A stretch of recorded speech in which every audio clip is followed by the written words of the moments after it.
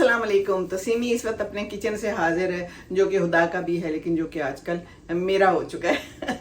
तो क्या हो रहा है इस वक्त, मेरे सामने बन रही है चिकन कढ़ाई बोनलेस, उसके अंदर है आलू और पीछे जो है ना ये आपको नजर आ रहा है ये है राइस कुकर। ये बड़ी अच्छी और काम की चीज है। मेरे पास तो नहीं था लेकिन अब मेरे पास भी आ गया है।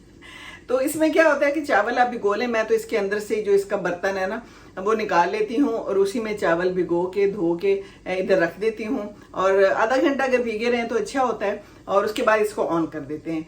और उसके बाद मैंने तो क्या किया, सब्जी कटी हुई पड़ी थी, यहाँ पर इनके पास होती है, लेके आते होते हैं, लिफाफे में मिलती है एक पैकेट में, तो मैंने वो भी इसके अंदर ऐड कर दी और थोड़ा सा नमक, काली मिर्च हल्के सी, बस और कुछ भी नहीं, और इसको ऑन कर देते हैं। और जब ये पक जाता है तो उसके बाद इसको येलो पे ये खुद भी हो जाता है। नहीं तो अगर आपको लगे कि पक गया है और ऑफ नहीं हो रहा तो येलो पे कर दें तो उससे वार्म रहता है, लेकिन मैं पीछे से बंद कर देती हूँ। तो ये पक रहा है, पीछे हमारे चावल पक रहे हैं, उसके अंदर मैंने सब्जियां डाल दी हैं क्योंकि मुझे सब्जियां पसंद होती हैं। वैसे तो ये लोग वैसे ही उबालते थे लेकिन मैंने कहा कि नहीं, मैंने सब्जियों वाले खाने हैं। सब्जियां अच्छी होती हैं वैसे भी, दिल को और दिमाग को भी अच्छी लगती हैं और हजम भी हो जाती हैं अच्छी जल्दी से ना। तो बस सब्जियां खाया करें, हम लोग सब्जी नहीं खाते, हमारे बच्चे सब्जी नहीं खाते। बाहर गए थे हम, बड़ी सख्त हवा और ठंड थी लेकिन धूप निकली हुई है आज, आपको शायद पीछे से नजर आ रही हो।